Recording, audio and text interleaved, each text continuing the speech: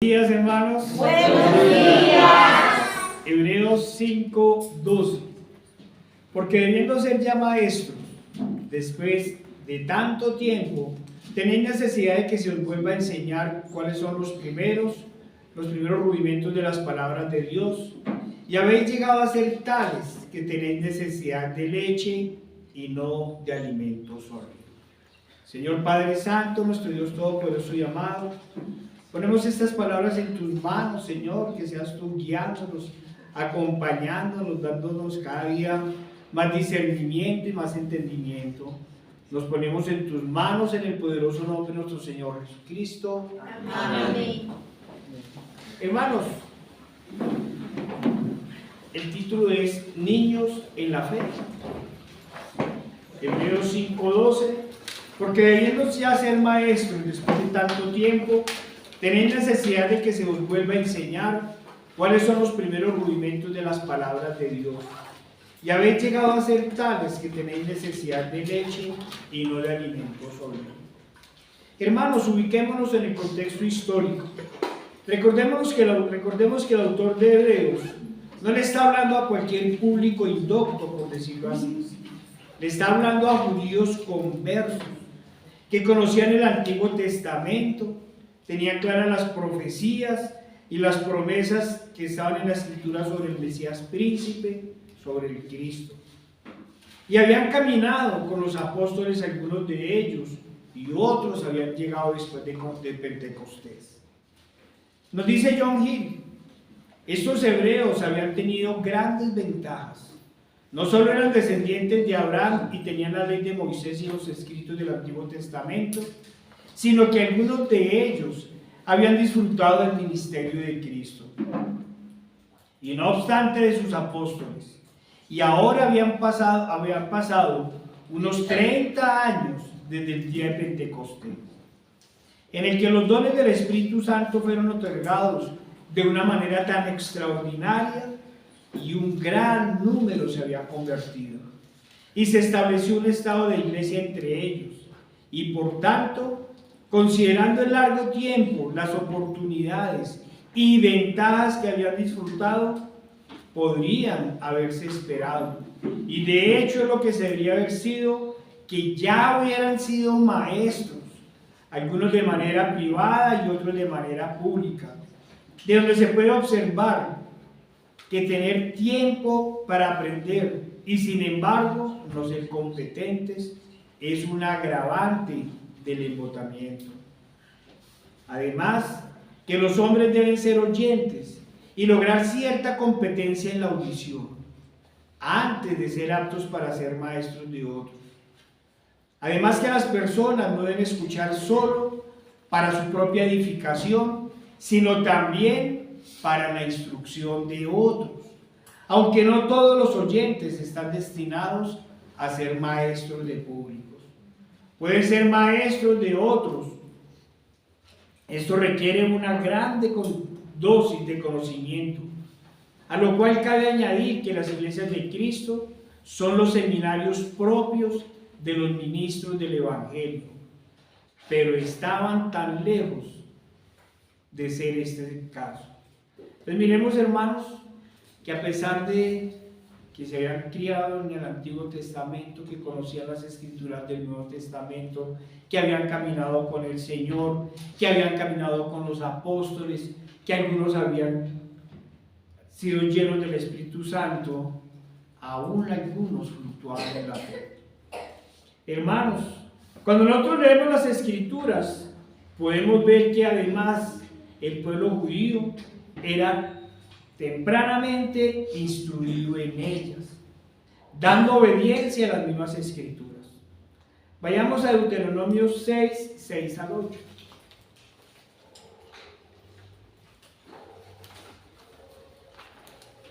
Deuteronomio 6 al 8. Nos dice la palabra del Señor: y estas palabras que yo te mando estarán sobre tu corazón, y las repetirás a tus hijos, y hablarás de ellas estando en tu casa, y andando por el camino, y al acostarte, y cuando te levantes, y las atarás como una señal en tu mano, y estarán como frontales entre tus ojos, y las escribirás en los postes de tu casa y en tus puertas. En este orden de ideas debemos pensar que todos los padres en el Israel antiguo eran maestros de sus hijos en la enseñanza de la Escritura. Y ahora, con la misma Escritura, el Señor y los apóstoles les habían enseñado y les enseñaban que Jesús era el Cristo, como lo había dicho Pedro. Tú eres el Cristo, el Hijo del Dios viviente. Enseñanzas que muchos habían recibido además con gran poder y milagros, porque las habían recibido del Señor o las estaban recibiendo en las manos mismas de los apóstoles. Pero al parecer algunos no solo no estaban enseñando lo aprendido, sino que además no lo estaban practicando ellos mismos. El cristiano, hermanos, no solo debe ser un practicante asiduo del Evangelio, sino que debe ser también un predicador constante. Debemos ser practicantes de la palabra del Señor, pero también debemos ser predicadores de ella en todo momento. Hablando de los creyentes, nos dice Kistemaker. Él pregunta, ¿cuántos años de preparación se necesitan para enseñar la fe cristiana? El escritor no especifica el número de años, pero señala que para el momento en que él escribe esta carta a los lectores, estos ya deberían ser maestros. Se les ha dado mucho tiempo para aprender. Se les ha dado las enseñanzas de la fe. Sus lectores tienen ahora la obligación de pagar sus dividendos, dice él.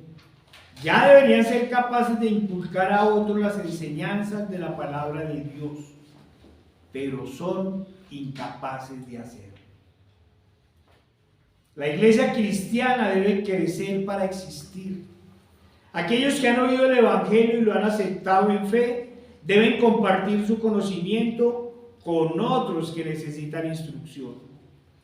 Cuando el escritor de Hebreos dice, a estas alturas deberían ser maestros, no está hablando de educadores profesionalmente habilitados.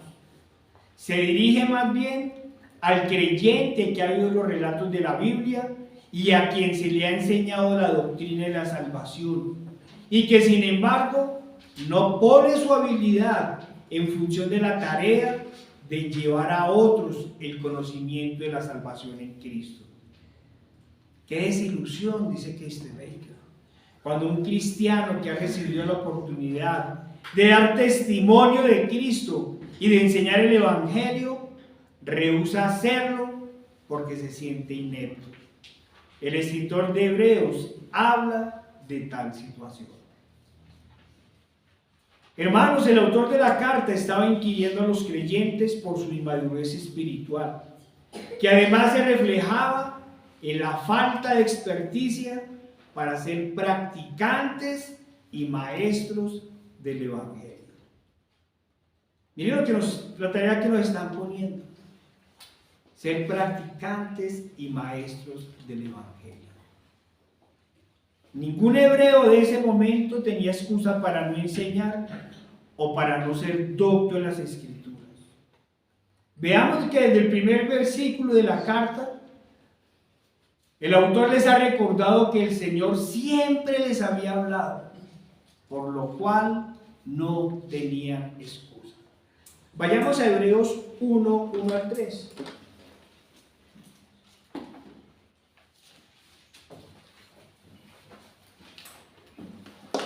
Dice la palabra del Señor en Hebreos 1, 1 al 3.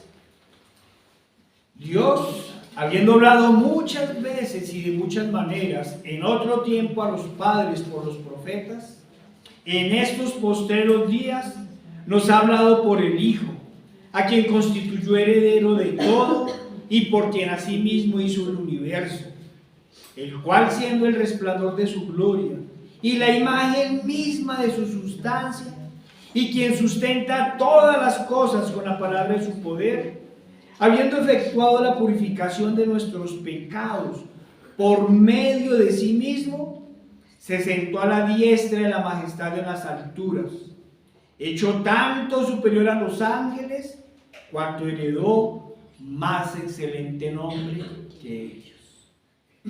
¿Qué le está diciendo? Le está diciendo, miren los fundamentos del Evangelio.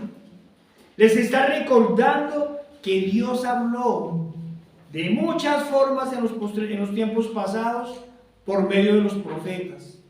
Les está recordando que todos tenían conocimiento de ello y que ahora les habla por medio del Hijo. De ese Hijo que es el resplandor de su gloria, la imagen misma de su sustancia, y quien sustenta todas las cosas con la palabra de su poder. Habiendo efectuado la purificación de nuestros pecados por medio de sí mismo. Es decir, les han dado todos los fundamentos del Evangelio. Les han demostrado por las Escrituras y por su poder, como lo dijo Pedro, que Jesús es el Cristo, el Hijo del Dios viviente, que es el Cordero inmolado para el perdón de pecados. Pero al parecer, algunos lo habían olvidado prontamente. O igualmente lamentable, algunos podían estar prestando oídos a los judaizantes y querían devolverse a las obras y a las tradiciones. O lamentablemente, teniendo conocimiento y habiendo visto el poder de Dios en Cristo, o el poder de Dios, de Cristo en medio de los apóstoles, algunos actuaban como si no conocieran nada. Recordemos que algo similar había sucedido con los Gálatas y por eso Pablo les dijo. Vayamos a Gálatas 1, 6 al 9.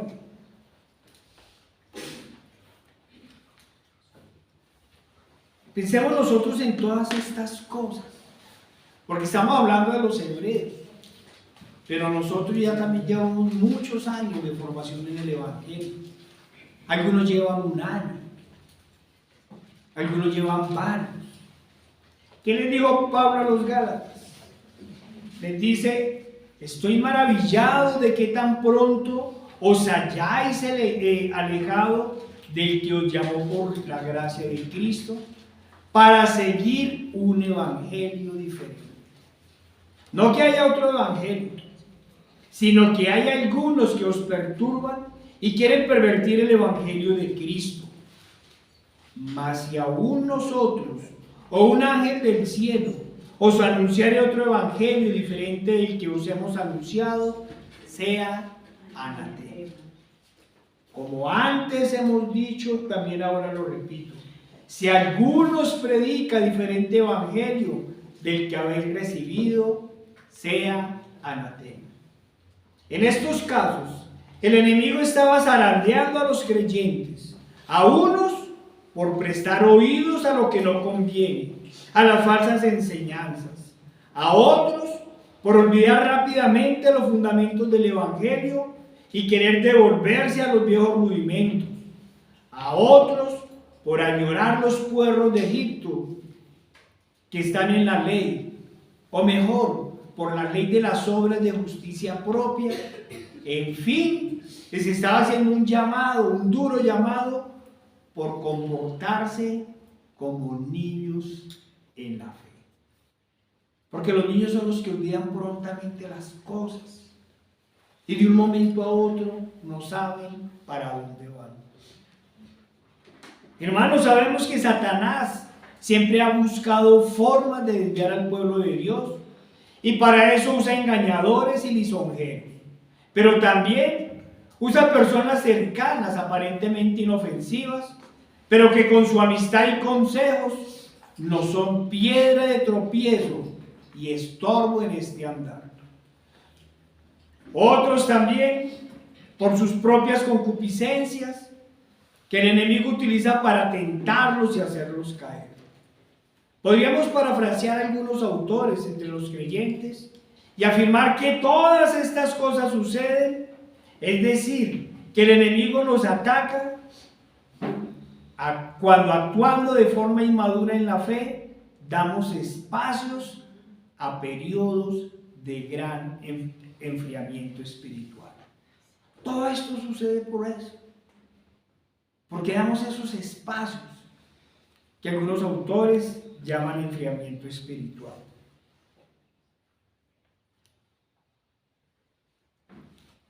¿Cuándo aparecen estos espacios de enfriamiento espiritual?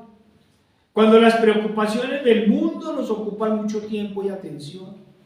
Cuando permitimos que los problemas de salud y otras dificultades nos agobien.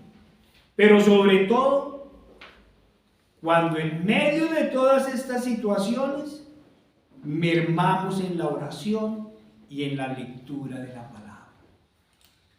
Cuando descuidamos algunos medios de gracia, entonces damos espacio a las dudas y a la tentación. En pocas palabras, cuando damos espacio a la obra del enemigo, cuando comportándonos como neófitos en la fe, dejamos de velar y dejamos de orar.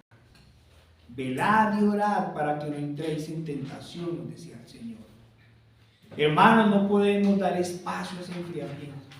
Cada día debemos orar con más ánimos, debemos leer la palabra con más ánimo, ¿sí? Con ahínco, con entusiasmo. Debemos hacer como los de Berea, que escudriñaban, leían, miraban. Esa debe ser nuestra tarea diaria si no queremos tener esos espacios de enfriamiento espiritual. Debemos tener una relación estrecha con el Señor, un diálogo permanente con Él, por medio de su palabra y por medio de la oración. Hermanos, ¿cómo hablamos nosotros con el Señor?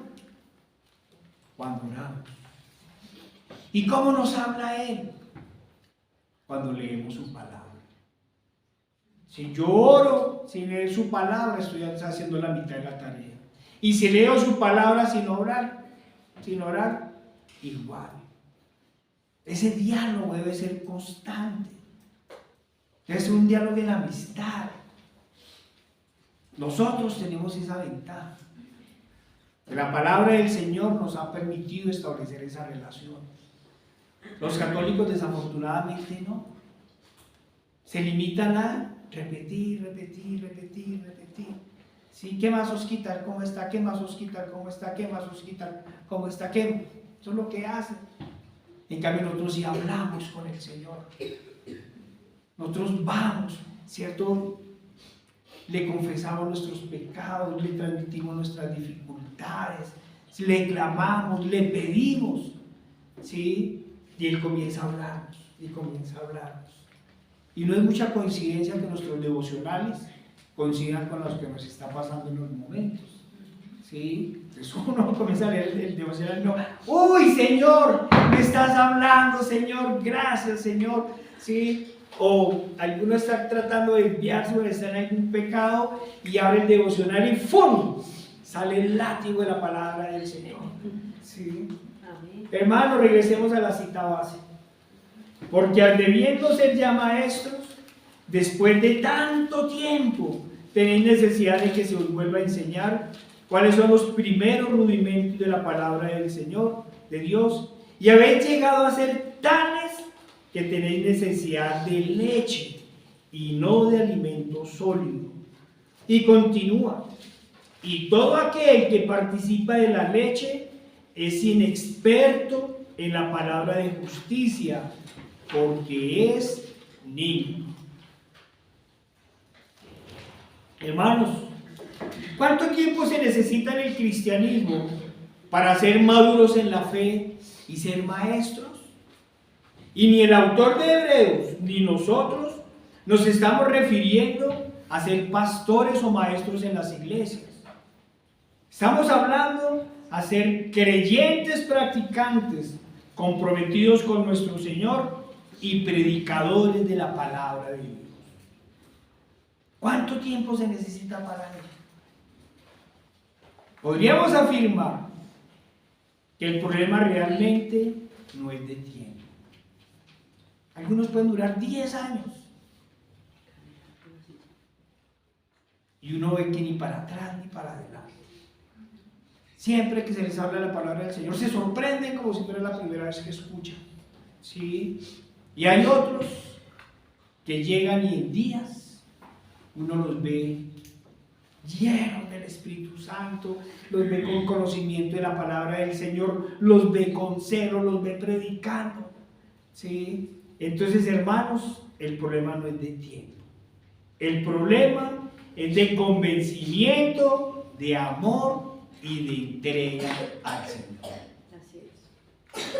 Hermanos, debemos recordar que el verdadero cristiano, como lo decíamos ahorita, establece una relación estrecha con el Señor y lo hace por medio de la oración constante, por medio de la lectura de la palabra y con los grandes deseos de no soltarse ni por un momento de su maravillosa presencia. Esa es la relación que nosotros debemos tener con el Señor. Cuando se llega a los pies de nuestro Señor Jesucristo, lo primero que se debe saber es que se ha llegado a los pies del Salvador, a la presencia del Dios Todopoderoso, como dice la Escritura, el cual, siendo en forma de Dios, no estimó el ser igual a Dios como cosa que aferrarse, sino que se despojó a sí mismo, tomando forma de siervo, hecho semejante a los hombres, y estando en la condición de hombre, se humilló a sí mismo, haciéndose obediente hasta la muerte y muerte de cruz. Filipenses 2, 6 al 8. Cuando las personas llegan a los pies de nuestro Señor Jesucristo, deben comprender de inmediato que Él es el Salvador, que solo por medio de Él y en Él hay salvación, que es su sangre derramada en la cruz la que nos limpia de todo pecado, y que es en la cruz donde somos justificados y santificados. Se debe entender además que Cristo es nuestro Señor y Maestro, a quien debemos imitar y debemos seguir sus pasos. Cuando llegamos en verdad a los pies del Señor, conocemos a nuestro Salvador y comprendemos entonces que toda la obra es de Él, y por eso para Él y solo para Él es todo el poder, el honor y la gloria. Entonces comprendemos que en nuestras fuerzas nada podemos hacer. Vayamos a Efesios 2:8.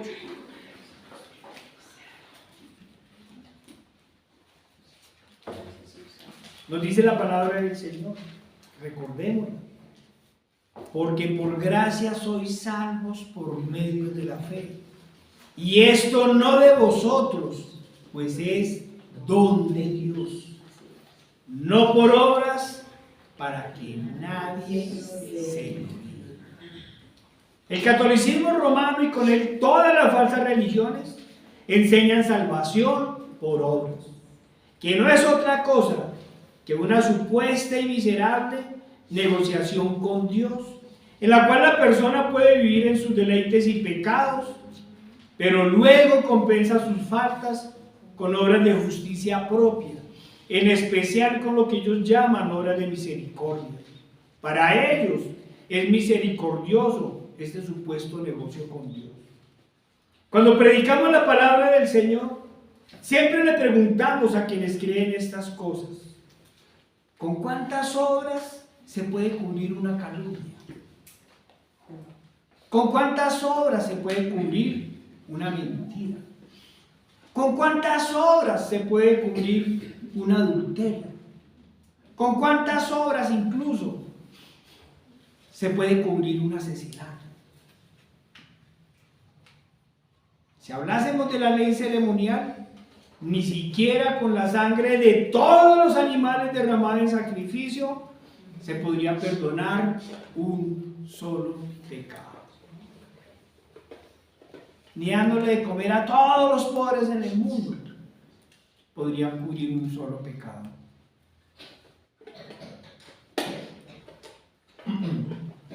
Hermanos y amigos, lo que hacen estas falsas religiones como el catolicismo romano es quitarle la gloria a Dios, es desconocer el sacrificio de la cruz, es desconocer la humanidad y la divinidad de Cristo, es desconocer al Salvador y pisotear la sangre redentora. Si las obras de justicia propia, sean las que sean, pudieran dar salvación, entonces, como dijo Pablo, por demás murió Cristo.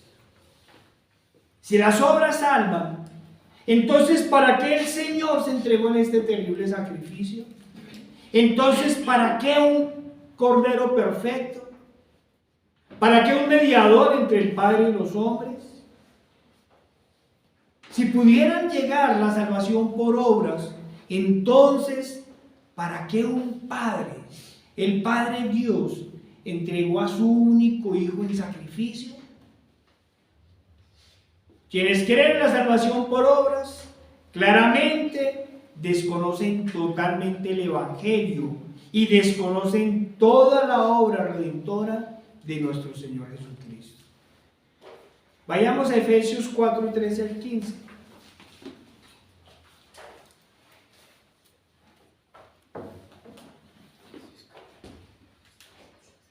Efesios 4, 13 al 15.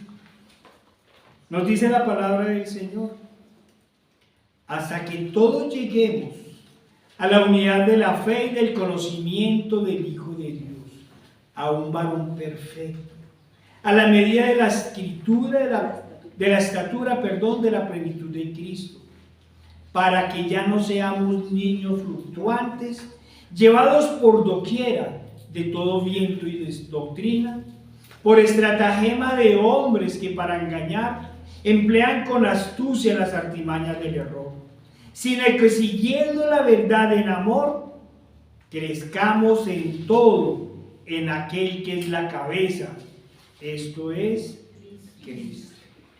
Es Satanás mismo, por medio de sus artimañas y sus sinagogas, quien enseña a otro evangelio. Pone tradiciones de hombres sobre la palabra de Dios.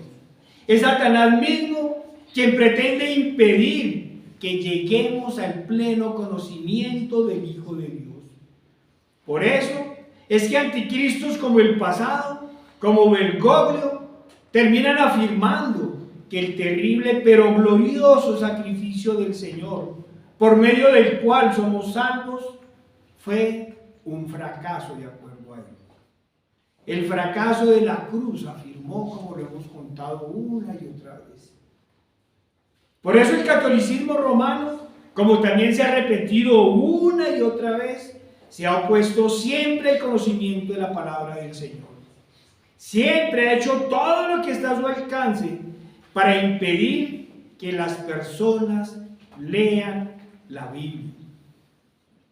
Hermanos, si no conocemos la palabra del Señor, si no la leemos de pasta a pasta, si no la meditamos, si no la discernimos espiritualmente, ¿cómo podremos llegar a la madurez de la fe? ¿Cómo podremos llegar a entender a nuestro Salvador? Es imposible. Por eso es muy difícil que un católico entienda el Evangelio, porque no lo leen, no lo conocen, no lo disciernen. Y por eso ellos también siempre se han opuesto y han hecho todas las estrategias para que la gente no lea la Biblia. Recordemos que el Antiguo Testamento fue traducido al griego hacia el siglo III antes de Cristo. Escrito en lenguas antiguas, y nos dice la tradición, la historia, que 70 sabios los pusieron a traducirlo al griego, para que todos en ese momento siguieran teniendo acceso a la palabra del Señor. Y el Nuevo Testamento fue escrito en griego también, en un griego que se conocía como griego koineo común, que era el que leían la mayoría de las personas. Pero una vez configurado el canon bíblico, y prontamente, es decir, a finales del siglo IV después de Cristo, el recién nacido catolicismo romano tradujo la escritura al latín, del griego al latín. No es muy difícil comprender su objetivo, si tenemos en cuenta que la mayoría de las personas, en especial las personas del común, hablaban y comprendían el griego koiné. Y quienes hablaban latín, especialmente ese latín en que se hizo la traducción, era una ínfima minoría. No es difícil entender cuál era el objetivo. Hagamos un poquito de historia para mirar la relación del catolicismo con la escritura. La traducen al latín. Hacia el año 80, el Papa Nicolás I prohibió la tenencia de las Biblias fuera del círculo eclesiástico. Algunos han dicho que el tener una Biblia por parte de los laicos, y en especial en lenguas vernáculas, es decir, en los lenguajes originales de cada uno, español, inglés, francés, alemán, ¿sí?, era ya una sentencia de muerte. En 1073 el Papa Gregorio apoyó y confirmó la prohibición. En 1198 el Papa Inocencio III declaró nuevamente que la tenencia y la lectura y la interpretación de la Biblia era tarea exclusiva de los prelados, y que quien violara la norma tendría serias consecuencias que podían incluir la muerte. En el Concilio de Toulouse, 1229, se ordenó, comillas, prohibimos que los laicos posean los libros del Antiguo y Nuevo Testamento, excepto el Salterio y los oficios divinos, y bajo ninguna circunstancia deben tener estos libros en lengua vulgar. De acuerdo con las páginas del catolicismo, esta orden se dio, imagínense, para proteger, no se sabe cómo ni por qué, de los cátaros y los albigenenses, que en ese momento se habían multiplicado y que según ellos podían propagar herejías. Pero el sentido común me dice que la mejor forma de evitar herejías, malas enseñanzas, es por medio de la lectura de la palabra. Así es. No querían que hubieran herejías ni malas enseñanzas, pues que todo el mundo lea la palabra del Señor. Pero no es posible que la prohíban con la excusa de que querían evitar que surgieran herejías. En el año 1234, el Concilio de Tarragona ordenó quemar todos los volúmenes de textos sagrados traducidos a lengua vernácula. Se dedicaron a quemar todas y a echar a la cárcel, y a quemar a todas las Biblias que encontraban traducidas en otros idiomas. En 1376, el Papa Gregorio XI ordenó que toda la literatura que hablase de la Biblia tendría que estar bajo dirección eclesiástica. Como resultado, solo la Vulgata, es decir, la Biblia traducida al latín, y algunas traducciones de baja calidad en las lenguas nacionales fueron toleradas. Durante muchos años fue prohibida la tenencia de Biblias fuera del clero, y muy especialmente, bajo pena de muerte, los que tenían Biblias en lenguas vernáculas. Las excusas siempre fueron las mismas: evitar herejías, evitar supuestas malas interpretaciones y evitar supuestas manipulaciones de la Escritura.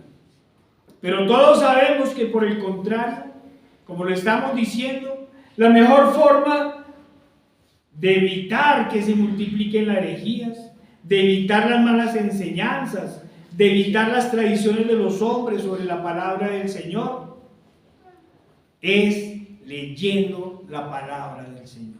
Amén. Y la mejor forma de que surjan herejías, tradiciones, mentiras y engaños es prohibiendo la lectura de la palabra del Señor. El verdadero creyente tiene claro que toda la Escritura es inspirada por Dios y útil para enseñar, para redarguir, para corregir, para instruir en justicia, a fin de que el hombre de Dios sea perfecto, enteramente preparado para toda buena obra. Hermanos, entonces cuando mermamos en la oración y en la lectura de la palabra, estamos mermando en nuestra relación con Dios y nos estamos comportando de una manera inmadura en la fe. Y lo volvemos a decir, no puede haber madurez en la fe sin conocimiento pleno del Señor y de sus enseñanzas. El verdadero cristiano, el cristiano maduro, por el contrario, cada día dedica más tiempo a la oración y más tiempo para la lectura de la palabra. Y en cada momento no solo la recuerda, sino que medita en ella. Volvamos a leer, hoy ahorita lo cantamos, Deuteronomio 6, 4 al 9.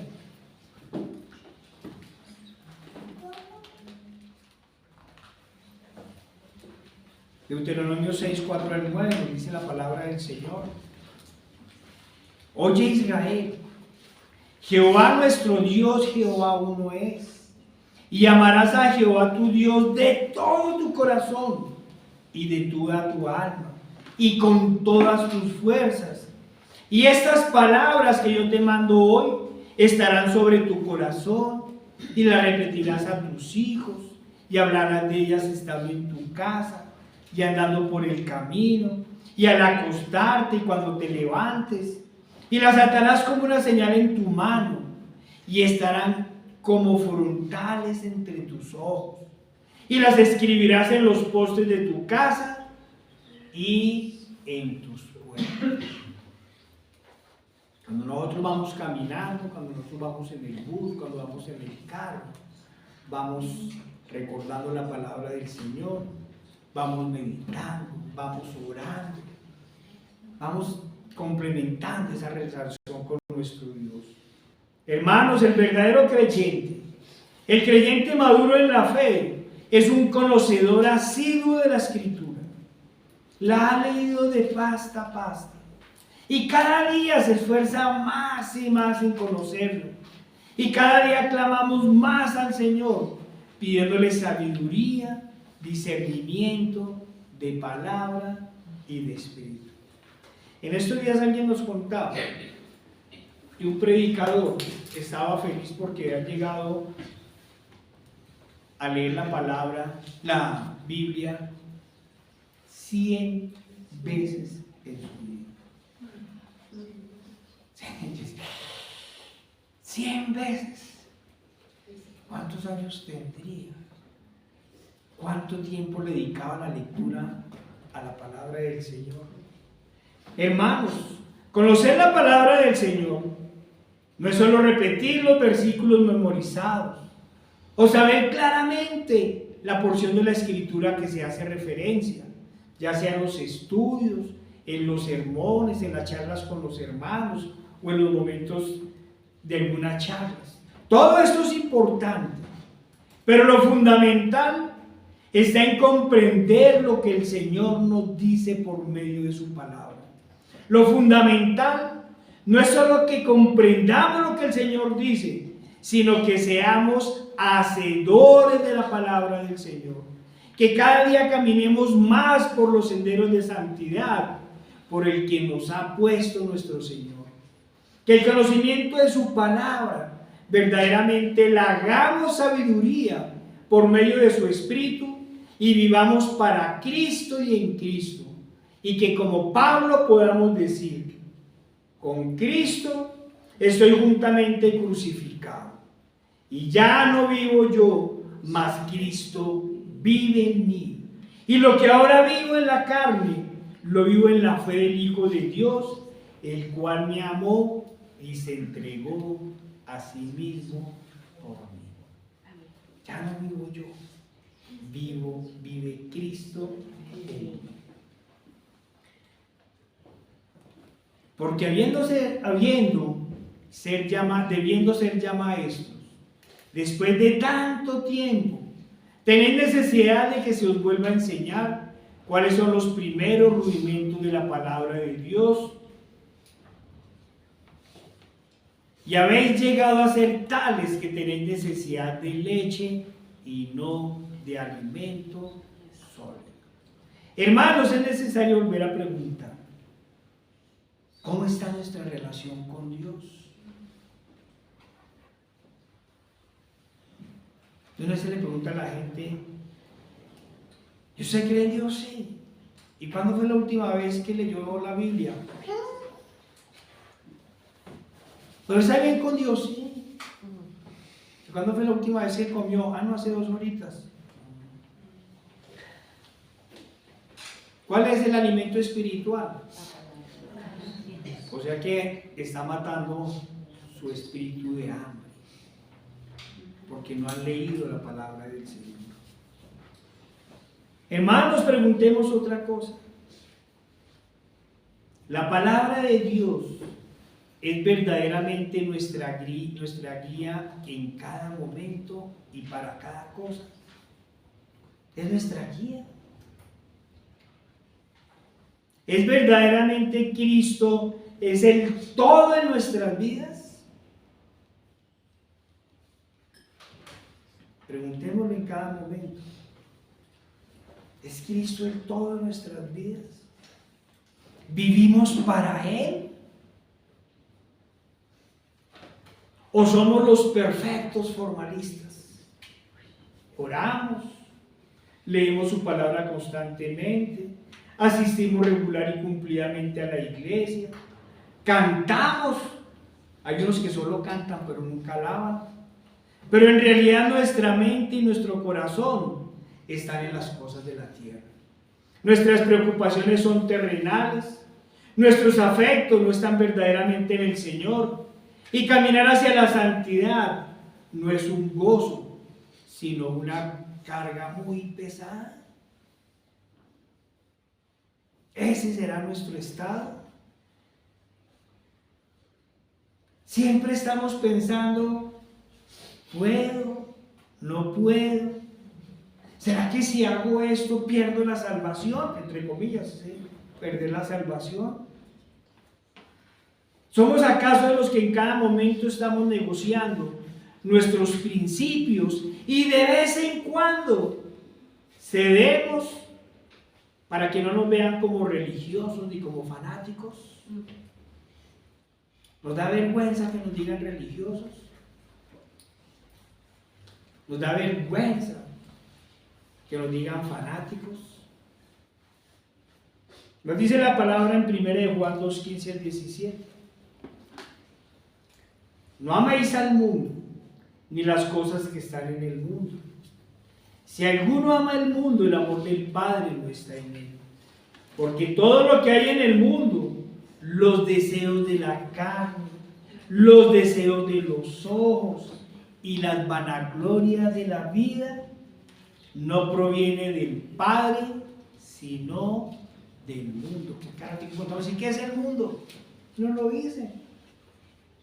Los deseos de la carne, los deseos de los ojos y la vanagloria de la vida no provienen del Padre, sino del mundo. Y el mundo pasa y sus deseos, pero el que hace la voluntad de Dios permanece para siempre. Cuidado, hermanos, cuidado, porque cuando cedemos o negociamos nuestros principios, debemos tener claro que no solo somos inmaduros en la fe, sino que aún amamos al mundo y las cosas que están en él. Cuando cedemos nuestros principios, es por temor y amor al mundo, es por temor a los demás, no es precisamente por amor al Señor. Hay algunos que son tan niños en la fe que aún se preguntan, ¿y qué es amar el mundo? Se están revolcando en el mundo y aún preguntan, ¿será que yo amo el mundo? Y la respuesta es sencilla y la puede dar cada uno. Preguntemos, ¿qué es amar el mundo? ¿Amamos el mundo? Entonces debemos preguntarnos, ¿en dónde están nuestros afectos? ¿A quién queremos agradar? ¿Con quién queremos estar bien? ¿Hacia dónde se dirigen nuestros pensamientos en cada momento?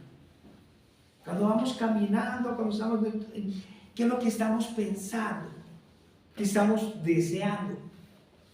¿Cuáles son nuestros pensamientos? Pero también debemos preguntarnos, ¿cuáles son nuestras principales preocupaciones? ¿Cuáles son? El pecado, la condenación, o el desempleo, o la enfermedad, o el tener cosas. ¿Cuáles son nuestras preocupaciones?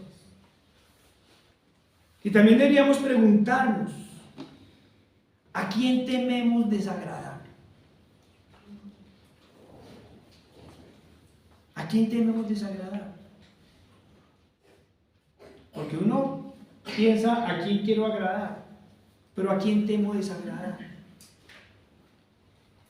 Hermanos, ser maduros en la fe, ser maduros espiritualmente, es saber dónde están nuestros afectos. Es reconocer cuáles son nuestras prioridades.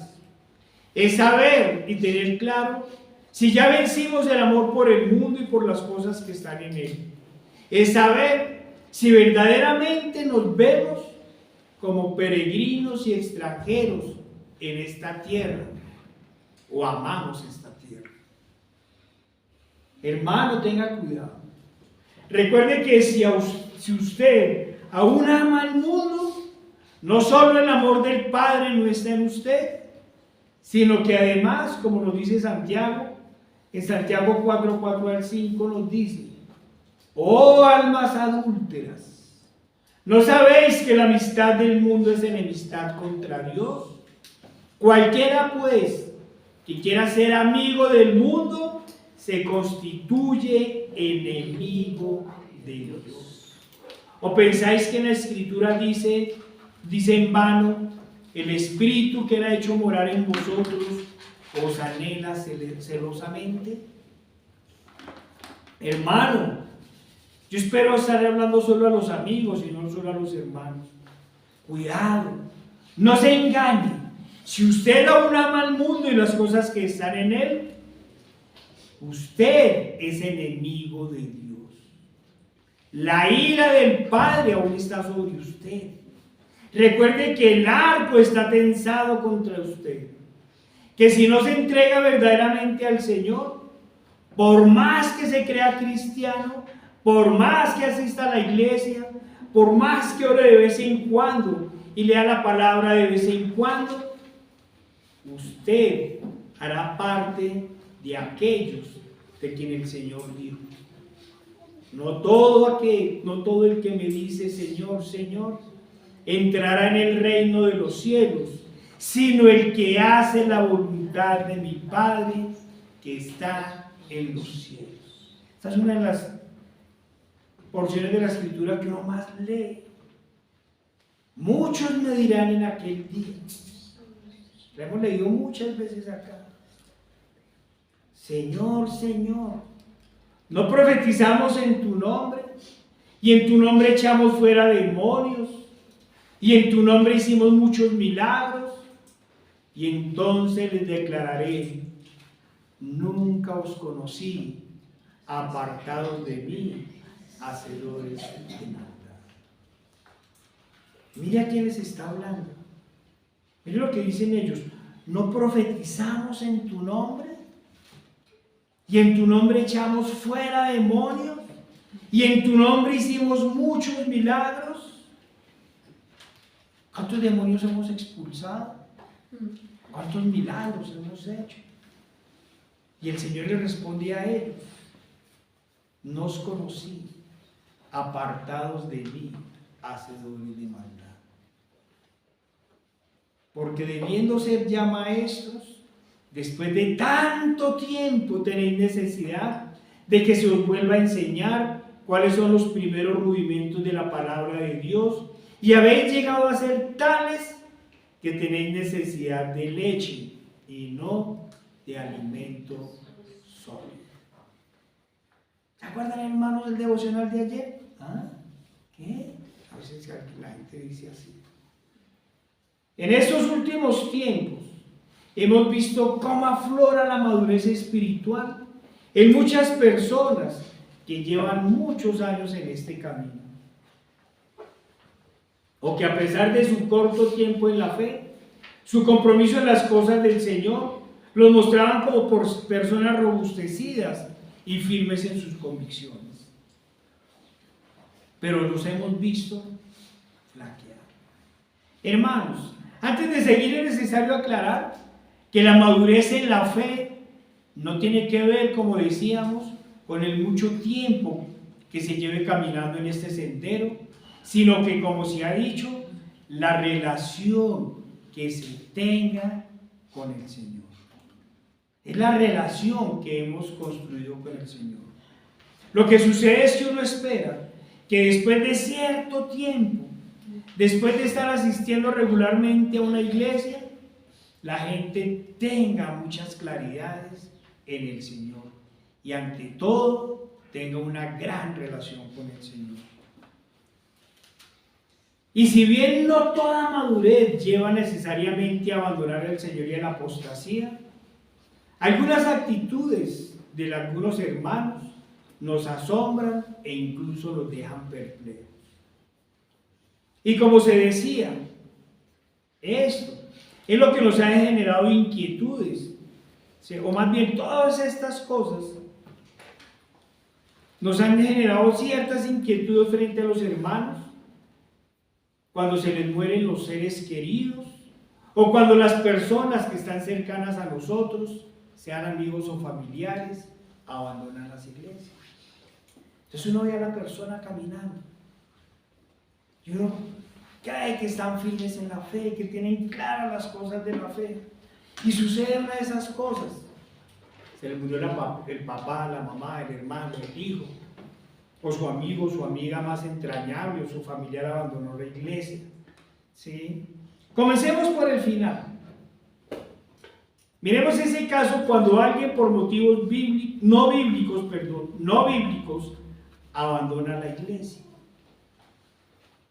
A pesar de todo lo que pueda argumentar, tenemos claro que cuando las personas abandonan una iglesia es porque están confrontados con sus pecados, pero los aman tanto que no están dispuestos a sacrificarlos.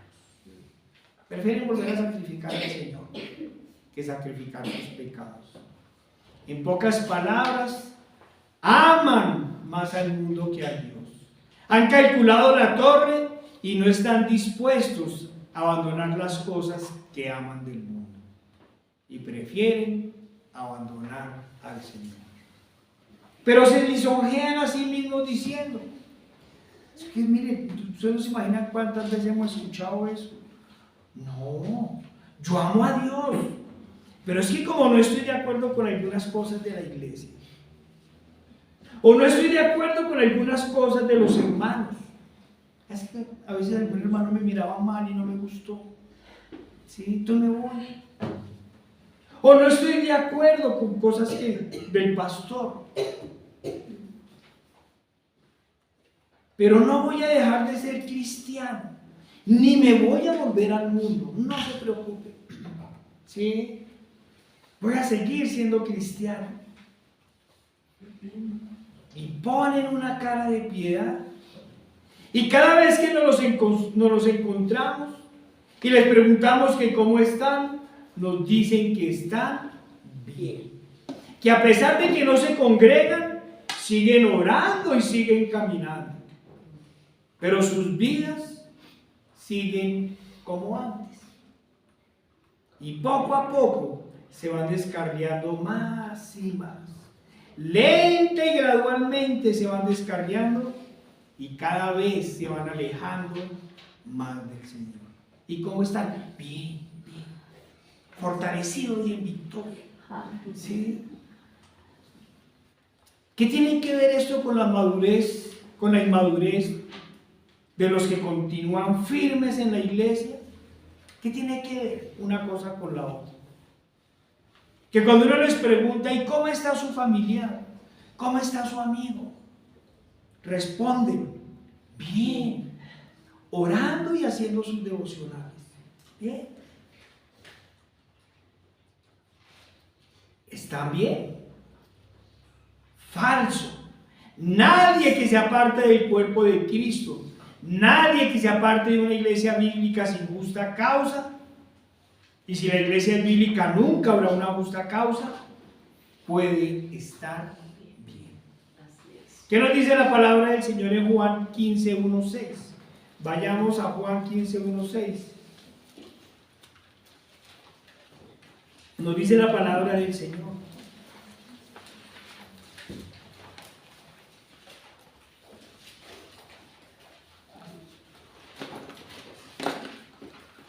Yo soy la vid verdadera y mi Padre es el labrador. Todo pámpano que en mí no lleva fruto, lo quitará. Y todo aquel que lleva fruto, lo limpiará para que lleve fruto. Ya vosotros estáis limpios por la palabra que os he hablado. Permaneced en mí y yo en vosotros. Miren, como el pámpano no puede llevar fruto por sí mismo, si no permanece en la vid, así tampoco vosotros, si no permanecéis en mí. Yo soy la vid, vosotros los pámpanos. El que permanece en mí y yo en él, este lleva mucho fruto. Porque separados de mí, nada podéis hacer.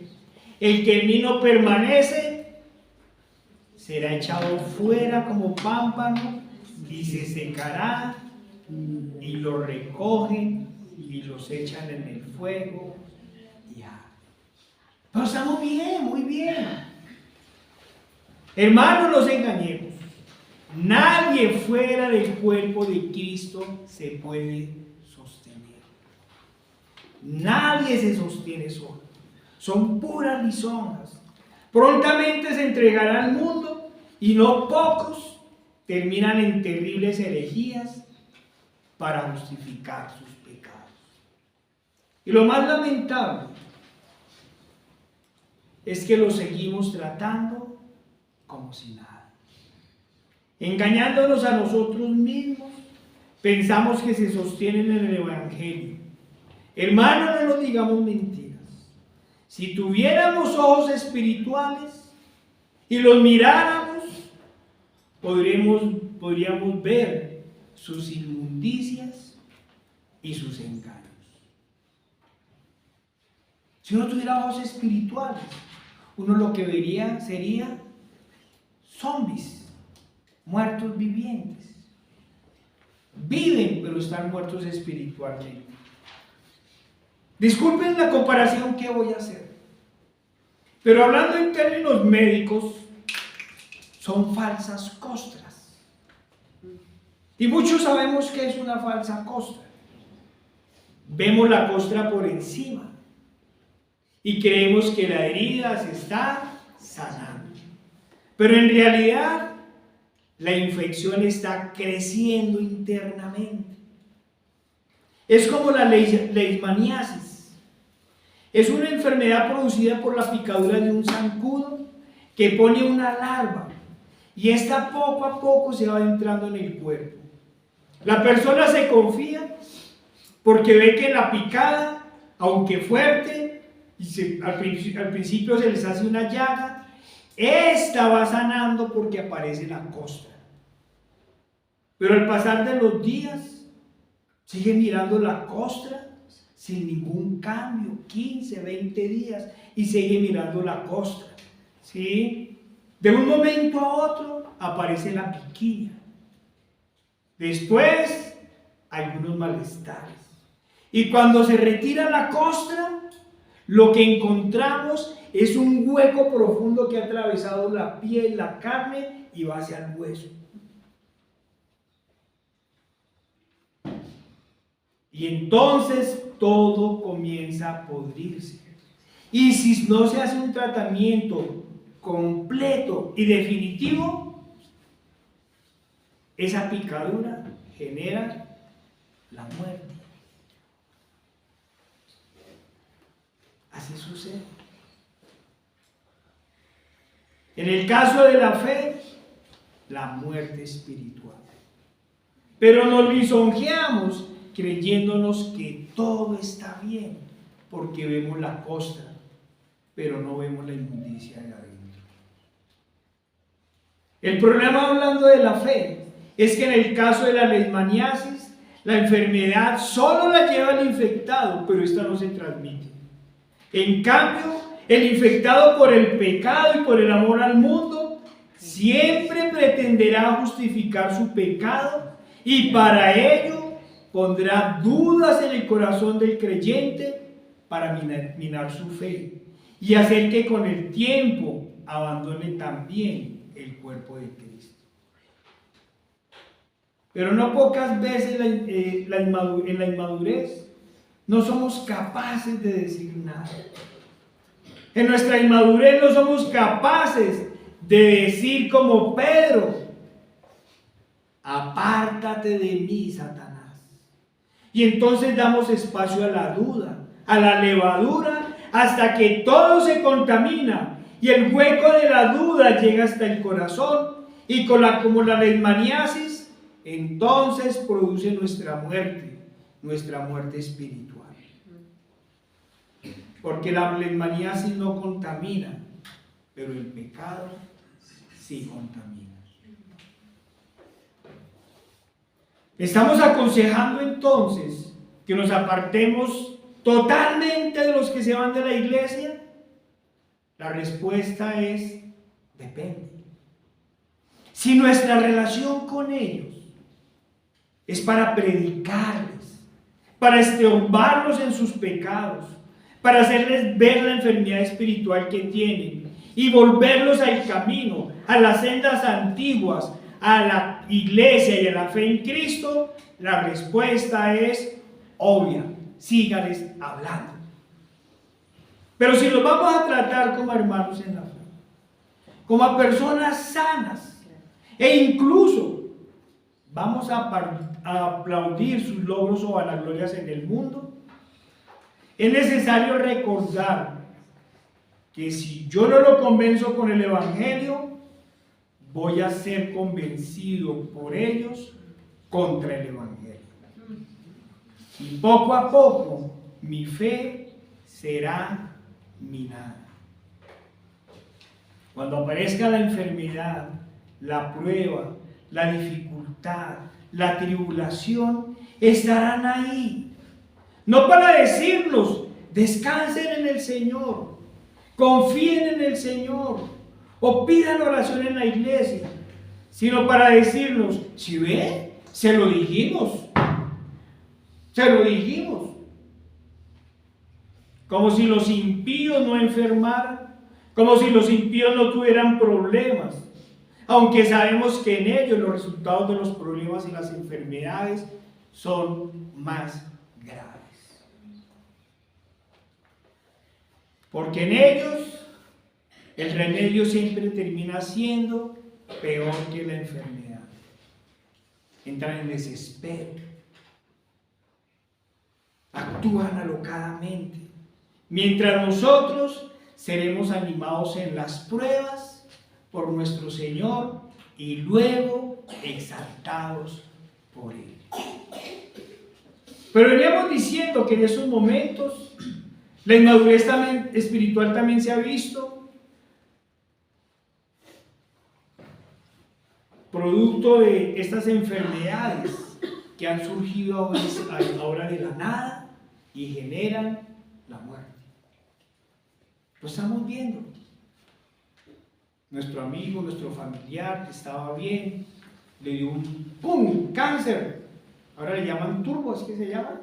Un turbocáncer. En 2 meses se murió. Está bien, le dio un ataque al corazón y se murió. Está bien, fue un problema aneurisma cerebral y se murió.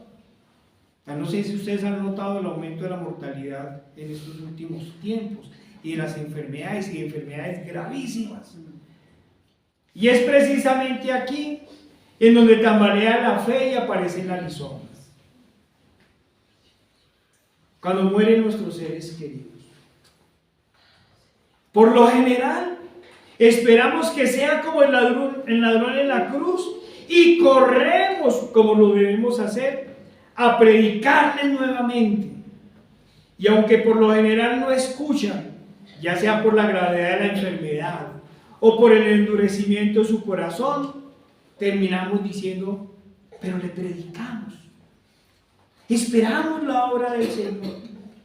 Y no quiero decir que esto no pueda suceder. Sabemos que para el Señor nada es imposible. Así es. Pero también tenemos que ser claros. El que no escuchó durante años o durante todo el tiempo que le predicamos, ¿entenderá en el último momento? A veces pienso que hacemos como los que usan mal la llamada oración de fe. Insisto, no estoy diciendo que no prediquemos hasta el último minuto, sino que tengamos cuidado con guardar falsas esperanzas, con lisonjearnos y lisonjear a los demás. Tengamos cuidado de no estar pensando, como alguna vez le predicamos, de pronto a última hora se arrepintió. Pero viéndolo bien, alcanzó a apartarse de algunos pecados. Estamos como los católicos, descansó en la paz del Señor. Pero si era borracho, era mentiroso, era idólatra. Pero nos da temor en nuestros corazones pensar que nuestro familiar está en condenación. Y entonces terminamos diciendo, pero mi ser querido era buena persona. No escuchó el Evangelio, pero es que me quería tanto. ¿Qué nos dice la palabra del Señor? Vayamos a Romanos 2, 12 al 13.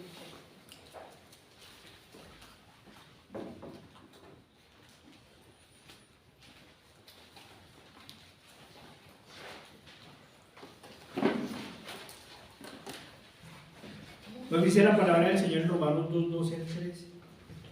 Porque todos los que sin ley han pecado, sin ley también perecerán.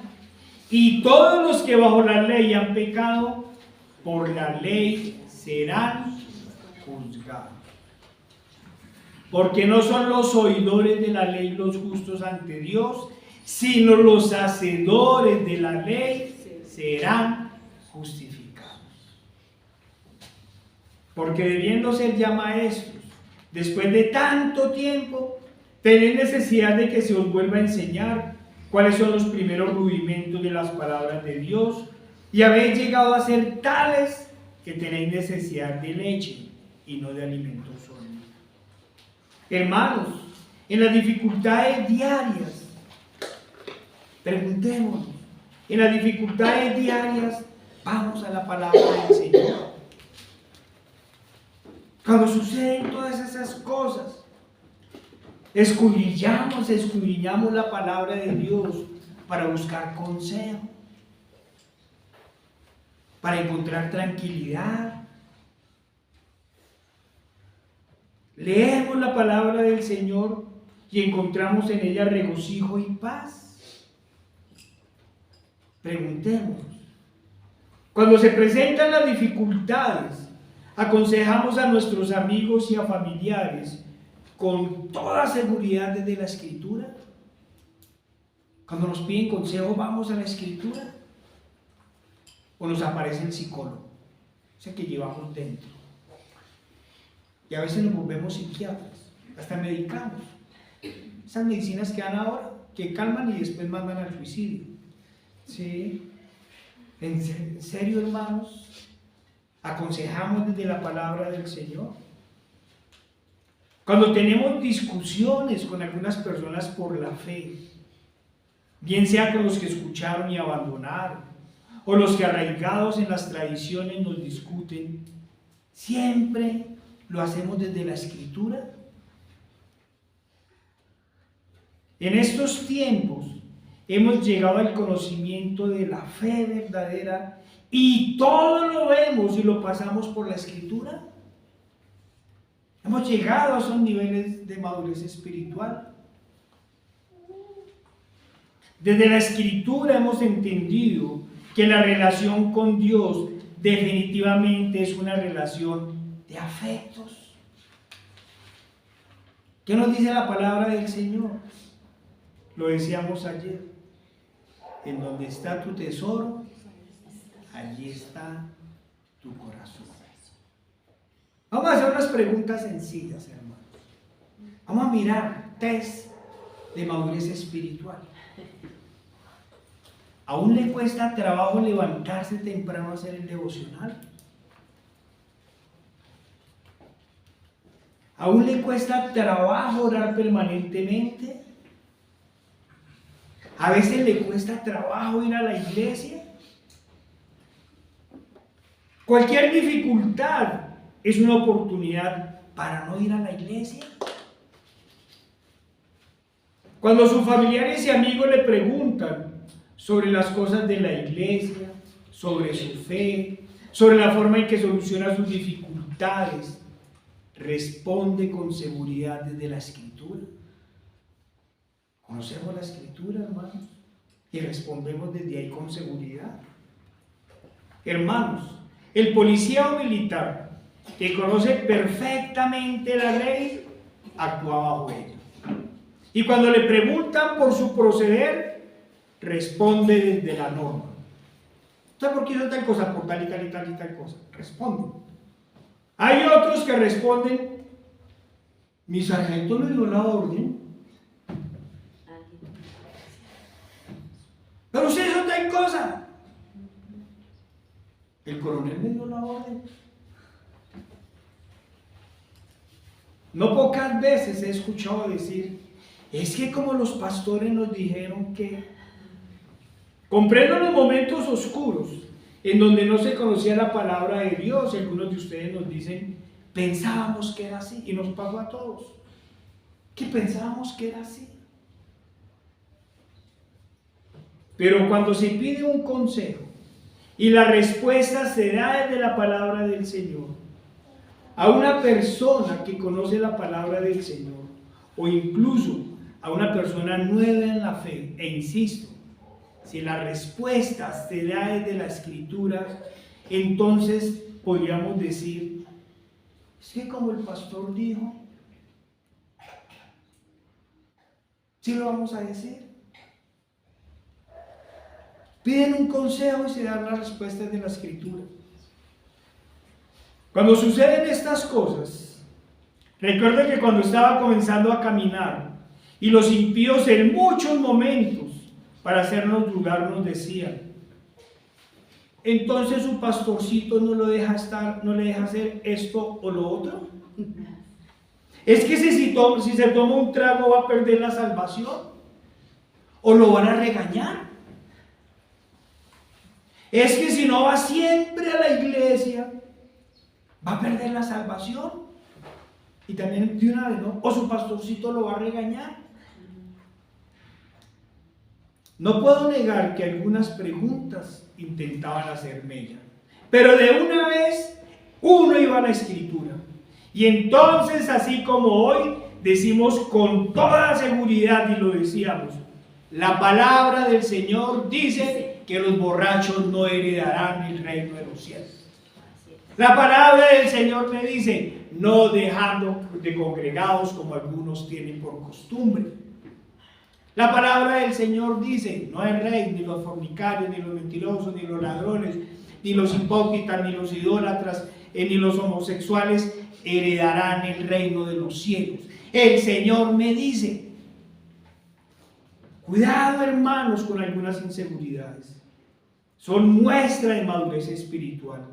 Son señal que aún no se les puede dar alimento sólido, sino que como a niños tienen necesidad de leche. El militar maduro y conocedor de la norma responde y actúa de acuerdo a la norma. El otro dice: me dieron la orden. Pero usted mató a fulano. El coronel me dio la orden. Vamos a actuar así, hermanos. Cuidado, hermanos. Cuidado con caminar en dos senderos. Y no solo me refiero a quienes quieren tener un pie en la iglesia y otro en el mundo. Aquellos, me estoy refiriendo a aquellos que son unos dentro de la iglesia y otros fuera de ella. No me estoy refiriendo a ellos. Estoy hablando de los hermanos, a los que caminan hacia la santidad. Pero cuando les preguntan por ciertas cosas, aún alcanzan a razonar desde el conocimiento humano y no según la Escritura. Sabemos de sobra que para el mundo la palabra de Dios es locura. Nos dice la Escritura, porque la palabra de la cruz es locura a los que se pierden, pero a los que se salvan, esto es, a nosotros, es poder de Dios. Pues está escrito: destruiré la sabiduría de los sabios y desecharé el entendimiento de los entendidos. ¿Dónde está el sabio? ¿Dónde el escriba? ¿Dónde está el disputador de este siglo? ¿No ha enloquecido Dios la sabiduría del mundo? Pues ya que en la sabiduría de Dios el mundo no conoció a Dios mediante la sabiduría, agradó a Dios salvar a los creyentes por la locura de la predicación. ¿Entonces está loco, Javier? Sí, estoy loco en el Señor. Estoy loco por el Evangelio, porque solo hay una verdad y se llama Cristo. Amén. Sí, hermanos, sabemos que para el mundo la palabra de Dios es locura, pero también sabemos que es la máxima y la única verdad. Sabemos que es palabra fiel y verdadera. Y por esto, todo lo divino y todo lo humano lo debemos responder con madurez desde la Escritura. En este sentido, tampoco podemos andar en dos caminos. Y entonces, en todo momento y bajo toda circunstancia, debemos pensar y responder desde la Escritura. Y aquí también podemos decir como Elías. Vayamos a 1 Reyes 18:21.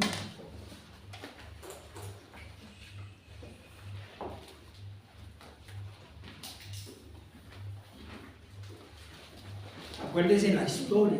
Esta es de esas historias que uno cada ratico se acuerda y se fascina. Uno se imagina a Elías diciéndole: grítenle a sus dioses, más duro, que de pronto están durmiendo. ¿Sí?